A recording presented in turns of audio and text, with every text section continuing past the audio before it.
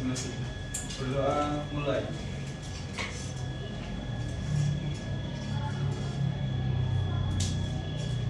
Doa selesai. Baik, di sini kakak ingin bertanya apakah ada yang tidak hadir?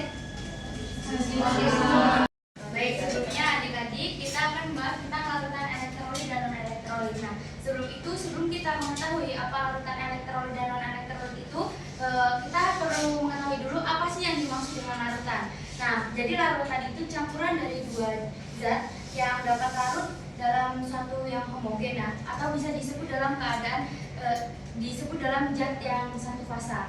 Nah, baik dapat diambil contoh yaitu gula dan air. Nah, ketika dua zat itu dicampurkan dalam satu wadah, maka zat tersebut itu akan larut. Nah, itu yang disebut dengan larutan. Ada lagi yaitu larutan NaCl, garam dengan air, maka dia akan bercampur membentuk larutan yang homogen. Nah, untuk itu bisa kita jadi larutan itu dapat dibedakan menjadi dua, yaitu zat terlarut dan zat pelarut. Di mana zat terlarut itu biasanya disebut dengan solvent dan zat Nah, baik, jadi zat terlarut itu biasanya disebut dengan solut dan zat pelarut biasanya disebut dengan solvent. Nah, di mana zat pelarut ini jumlahnya biasanya lebih banyak daripada zat terlarut. Baik, contohnya tadi dengan air dan gula. Dimana air ini sebagai zat pelarut yang jumlahnya lebih banyak, maka jika dicampurkan gula ini akan larut dengan air, yaitu yang disebut dengan larutan. Nah, untuk selanjutnya kita akan membahas yaitu larutan elektrolit dan non-elektrolit. Nah, larutan elektrolit itu adalah larutan yang dapat menghantarkan listrik, di mana ion-ion di dalam air itu akan bercampur dan bergerak bebas, sehingga larutan tersebut dapat menghantarkan listrik. Biasanya dalam praktikum itu yang sudah kita lakukan minggu lalu itu larutan elektrolit biasanya menghasilkan nyala lampu terang dan gelembung-gelembung gas yang banyak. Nah, selanjutnya yaitu larutan non-elektrolit, di mana larutan non-elektrolit ini larutnya yang tidak dapat menghantarkan listrik. Zat terlarut dalam larutan non-elektrolit ini tidak mengalami ionisasi ketika dilarutkan dalam pelarut, biasanya pelarut air. Contohnya seperti larutan air dan gula tadi. Nah, dari air dan gula itu ketika dicampurkan dia akan larut tapi tidak dapat menghantarkan listrik. Minggu sebelumnya kemarin kita sudah membahas dan kita sudah melakukan praktikum di mana larutan gula itu tidak dapat menghantarkan arus listrik, yaitu tidak terdapat nyala lampu dan tidak terdapat gelembung gas karena ion-ionnya itu tidak bisa bergerak bebas dalam larutan air. Baik, jadi untuk materi yang sudah kakak sampaikan tadi cukup ya. Untuk selanjutnya materinya akan membahas jenis-jenis larutan elektrolit dan non-elektrolit.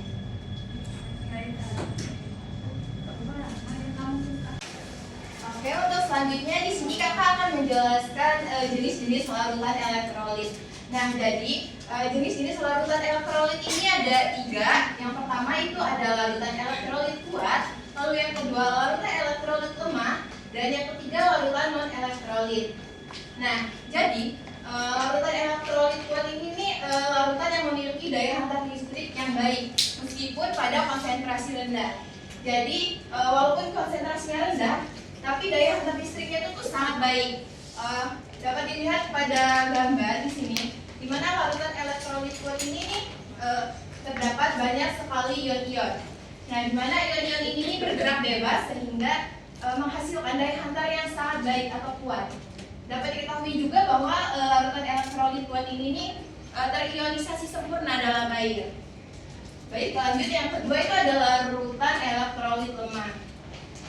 Nah, jadi larutan elektrolit lemah ini memiliki daya hantar listrik yang buruk meskipun pada konsentrasi yang besar. Jadi kebalikan dari si larutan elektrolit kuat tadi. Nah, di sini jika konsentrasinya besar, walaupun konsentrasinya besar itu tuh tidak mempengaruhi daya hantar listriknya. Jadi daya hantar listriknya itu tuh tetap buruk. Dapat dilihat pada gambar. Di sini berbeda dengan si larutan elektrolit kuat. Di mana larutan elektrolit lemah ini ion-ionnya ini hanya sedikit.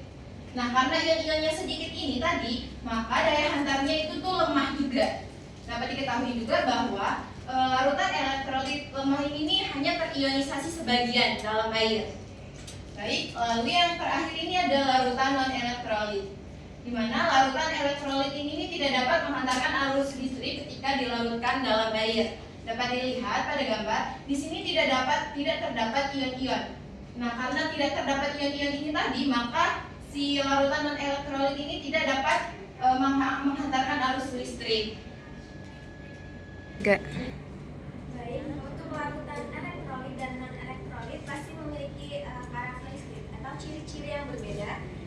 Untuk larutan elektrolit sendiri, untuk larutan elektrolit, ciri utamanya pasti dia dapat menghantarkan arus listrik.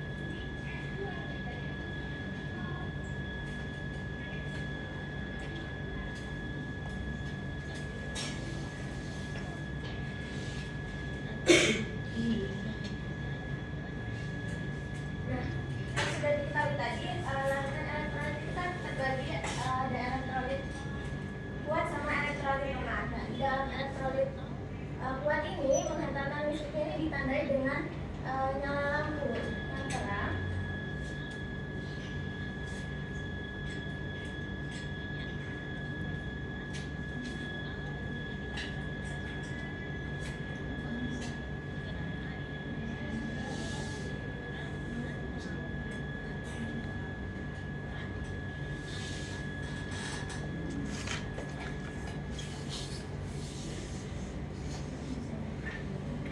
Lalu timbul banyak gelembung gas.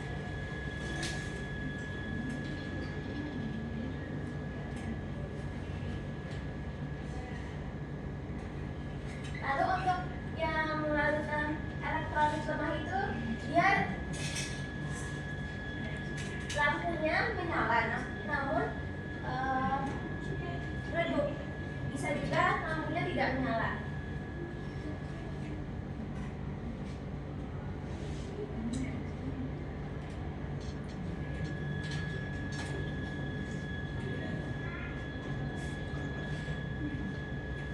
Dan juga timbul gelembung gas, namun lebih sedikit.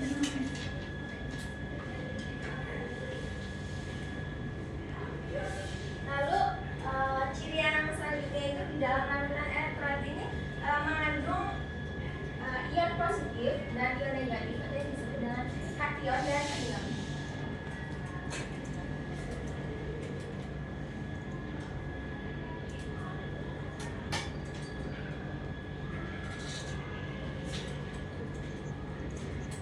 Nah, selanjutnya untuk larutan non elektrolit itu cirinya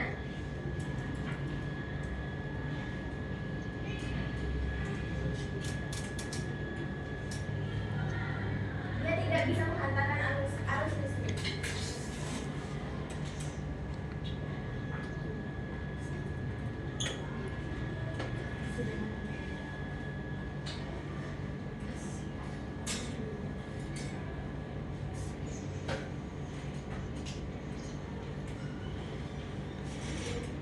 Yang kedua, karena dia tidak menghantarkan arus listrik ini ditandai karena tidak ada ion-ion bebas di dalam larutannya.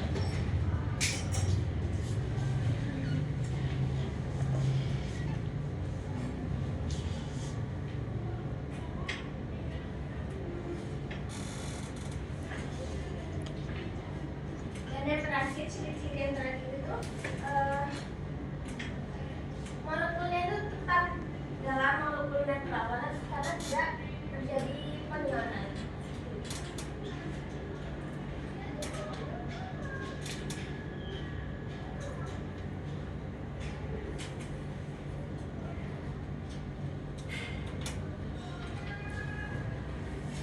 Dari ciri-ciri yang sudah saya jelaskan, kalau kalian mencoba praktikum, terus kalian mengetahui di larutan itu ciri-cirinya ada lampunya nyala terang, hubungannya kita sebenarnya dia larutan elektrolit.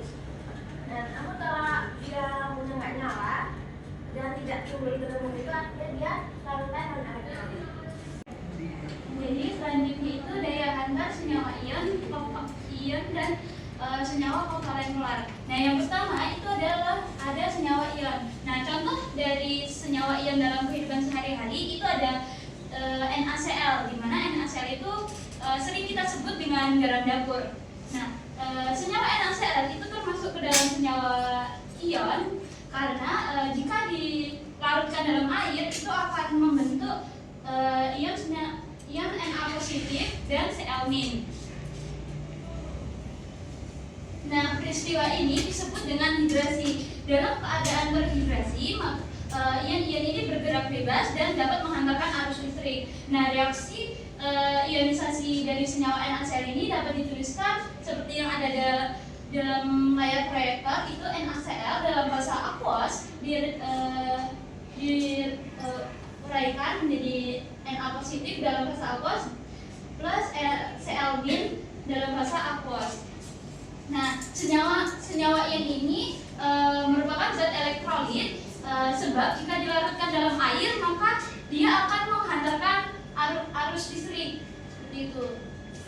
Nah, tetapi NaCl padat dalam bentuk kristal itu tidak dapat menghantarkan listrik karena ion-ionnya ini terikat kuat gitu. Apabila NaCl ini dilelehkan pada temperatur kurang lebih 800 derajat Celcius, maka ion NaCl ini tidak dapat bergerak bebas, sehingga lelehan NaCl dan senyawa ion lainnya ini merupakan penghantar listrik yang baik. Oke, tadi kan sudah dijelaskan senyawa ion. Selanjutnya yaitu senyawa kovalen polar. Senyawa kovalen polar adalah senyawa yang atom-atomnya bergabung melalui ikatan kovalen.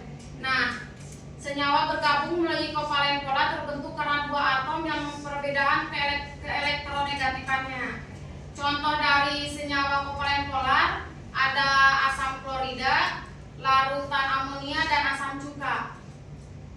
Kita ambil dalam kehidupan sehari-hari yaitu asam cuka atau CH3COOH.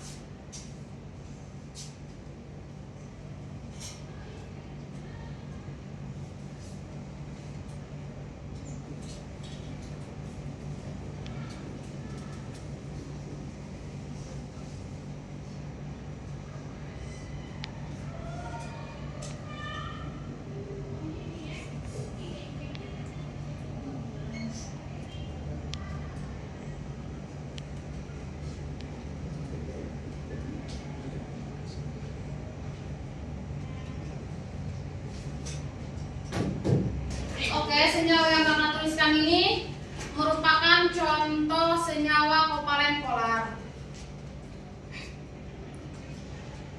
Senyawa ini dalam bentuk murni bukan penghantar listrik yang baik, tetapi bila senyawa ini dilarutkan dalam air akan menghasilkan larutan yang dapat menghantarkan listrik. Baik, jadi senyawa ion itu dalam bentuk padatan itu tidak dapat menghantarkan listrik sebab dalam bentuk padatan ion-ionnya ini tidak dapat bergerak bebas gitu. Lalu pada bentuk lelehan senyawa ion ini dapat menghantarkan listrik karena dalam lelehan ini senyawa ion-ionnya ini bergerak bebas dan relatif lebih bebas dibandingkan senyawa ion dalam bentuk padat gitu. Lalu senyawa ion dalam keadaan larutan itu dia dapat menghantarkan listrik karena ion-ionnya ini dapat bergerak bebas seperti itu. Oke, selanjutnya senyawa kovalen polar. Dalam bentuk padatan ini tidak dapat menghantarkan listrik karena padatannya terdiri atas molekul-molekul netral meski bersifat polar. Selanjutnya itu pada bentuk lelehan ini juga tidak dapat menghantarkan listrik karena lelehannya terdiri atas molekul-molekul netral meski dapat bergerak bebas. Dalam bentuk larutan ini dapat menghantarkan listrik karena dalam larutan molekul-molekulnya dapat terhidrolisis menjadi ion-ion yang dapat bergerak bebas. Baik, cukup sekian pembelajaran kita pada hari ini. Kakak cukupkan. Untuk soal evaluasi nanti akan kakak kirim pada WhatsApp grup. Sekian dari kakak akhiri. Wassalamualaikum warahmatullahi wabarakatuh. Waalaikumsalam warahmatullahi wabarakatuh. Terima kasih, Kak. Assalamualaikum warahmatullahi wabarakatuh. Waalaikumsalam warahmatullahi wabarakatuh. Gimana kabarnya adik-adik pada hari ini? Baik, Kak. Baik, pada pertemuan sebelumnya kita sudah membahas tentang konduktivitas larutan elektrolit, jenis-jenis ikatannya, dan daya hantar listriknya.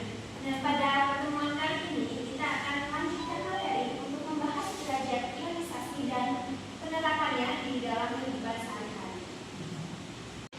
Baik, seperti yang sudah kalian pelajari sebelumnya, larutan elektrolit ini dapat terurai menjadi ion-ion. Seperti dapat dilihat pada layar itu ada K2SO4 terurai menjadi ion 2K+, ditambah SO4 2-, terus CaCl2 menjadi Ca2+ plus 2Cl-, dan C6H5COOH menjadi C6H5COO- plus H+.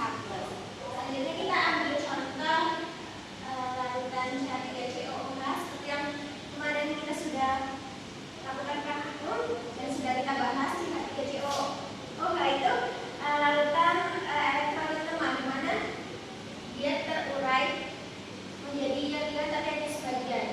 Dapat dilihat di dalam larutannya itu ada ion CH3COOH-, ada ion H+, dan masih ada yang CH3COOH yang tidak terurai karena dia hanya sebagian yang terurai.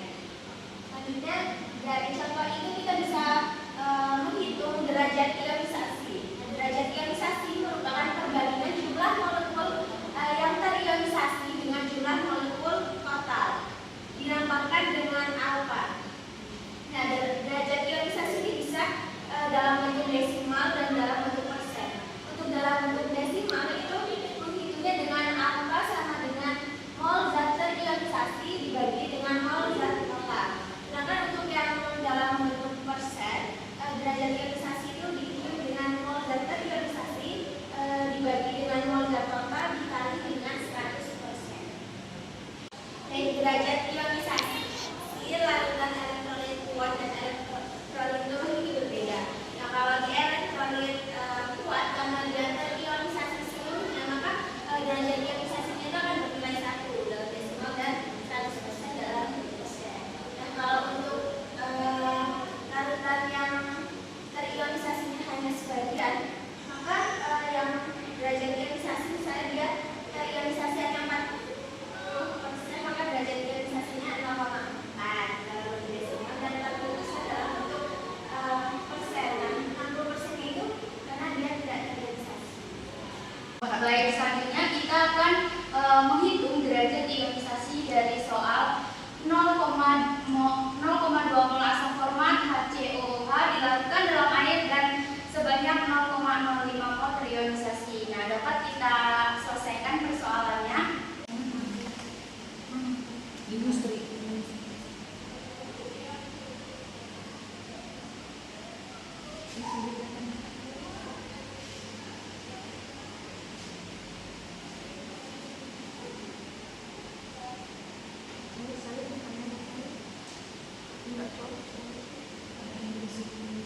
Itu apa? Kita dapat menggunakan rumus mol zat terionisasi dibagi mol zat total. Jadi tadi mol zat terionisasinya 0,005 mol dan mol zat totalnya yaitu 0,2 mol.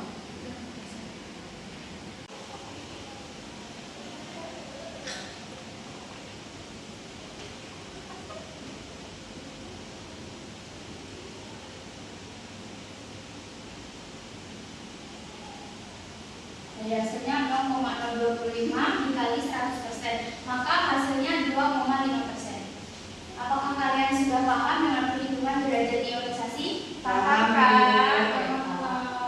Baik, jadi soalan selanjutnya itu 3 mol basa lemah LOH 3 kali dilakukan dalam air dengan derajat ionisasinya 0,3. Nah, kita dapat mengambil rumus derajat ionisasinya itu mol terionisasi dikali mol total sama dengan 0,13. Nah, untuk mol LOH 3 kali yang terionisasi gula dikali 3 yaitu hasilnya 0,39 mol. Selanjutnya menghitung mol LOH 3 kali yang tersisa dengan rumus mol total dikurang mol terionisasi. Jadi mol totalnya tadi dihasilkan 3 mol dan mol terionisasinya 0,39 mol, maka didapat hasil 2,61 mol. Selanjutnya yaitu elektrolit kuat yang dimana dilambangkan dengan angka besar, derajat ionisasinya sama dengan 1. Untuk elektrolit lemah dilambangkan dengan angka kecil, derajat ionisasinya kurang dari 0 dan lebih dari 0 dan kurang dari 1. Nah, untuk larutan elektrolit alfanya sama dengan 0 atau derajat ionisasinya sama dengan 0. Nah, tadi kan sudah membahas derajat ionisasi.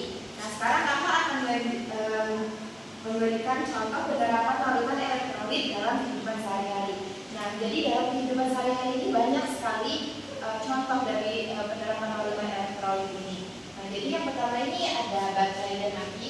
Jadi baterai kering ini menggunakan larutan elektrolit dalam bentuk gel untuk membentuk pergerakan ion antara elektroda. Nah, aki kendaraan menggunakan larutan asam sulfat atau H2SO4 sebagai elektrolit untuk menghasilkan listrik melalui reaksi kimia. Baik, contoh selanjutnya itu ada minuman isotonik. Nah, pasti di sini kalian sudah tidak asing dengan minuman isotonik atau minuman yang kita minum saat sudah olahraga. Nah, jadi minuman isotonik ini mengandung elektrolit seperti natrium atau NH+, lalu ada kalium atau H+, dan klorida atau Cl- untuk menggantikan ion-ion yang hilang melalui keringat, lalu membantu menjaga keseimbangan cairan tubuh. Baik, contoh selanjutnya ini ada elektrolisis. Nah, jadi ini digunakan untuk penyembuhan logam, seperti melapisi perhiasan dengan emas atau perak. Nah, elektrolisis air untuk menghasilkan gas hidrogen atau H2 dan oksigen O2. Contoh selanjutnya itu ada pengolahan air. Nah, jadi larutan elektrolit digunakan dalam proses desalinasi atau pemurnian air laut menjadi air tawar dan penghilangan polutan melalui metode elektrokoagulasi. Baik, contoh yang kelima. Nah, jadi pada bidang medis dan kesehatan juga ini menggunakan larutan elektrolit. Nah, contohnya pada larutan infus seperti NaCl 0,9% dan ringan wakar mengandung elektrolit untuk menjaga keseimbangan cairan dan ion-ion dalam tubuh pasien. Penggunaan elektrolit dalam alat medis seperti defibrilator dan EKG untuk membantu fungsi listrik dalam tubuh. Baik, contoh selanjutnya yaitu pada industri kimia, produksi logam seperti aluminium menggunakan proses elektrolitik, misalnya elektrolisis aluminia, pembuatan senyawa seperti klorin, Cl2 dan natrium hidroksida, NaOH melalui elektrolisis larutan garam. Contoh selanjutnya yaitu pada penggunaan dalam rumah tangga, contohnya yaitu pada pasta gigi. Pasta gigi ini mengandung senyawa elektrolit seperti natrium klorida, NaF yang berfungsi untuk membantu remineralisasi gigi. Klorida dan NaF ini memperkuat biner gigi dengan membentuk lapisan fluorapatit yang lebih tahan terhadap serangan asam. Selain itu, senyawa ini juga membantu mencegah pembentukan karies.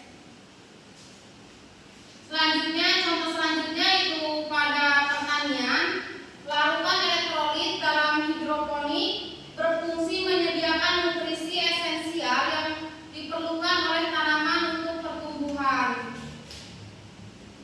Ion-ion seperti K+, kalium, Ca2+, kalsium, dan Mg2+, magnesium berperan penting dalam berbagai proses fisiologis tanaman.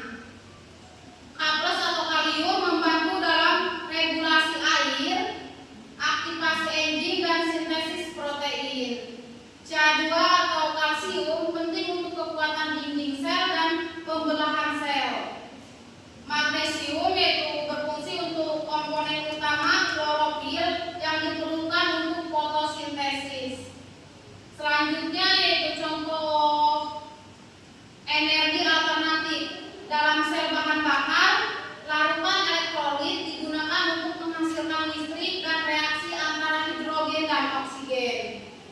Contoh selanjutnya yaitu penggunaan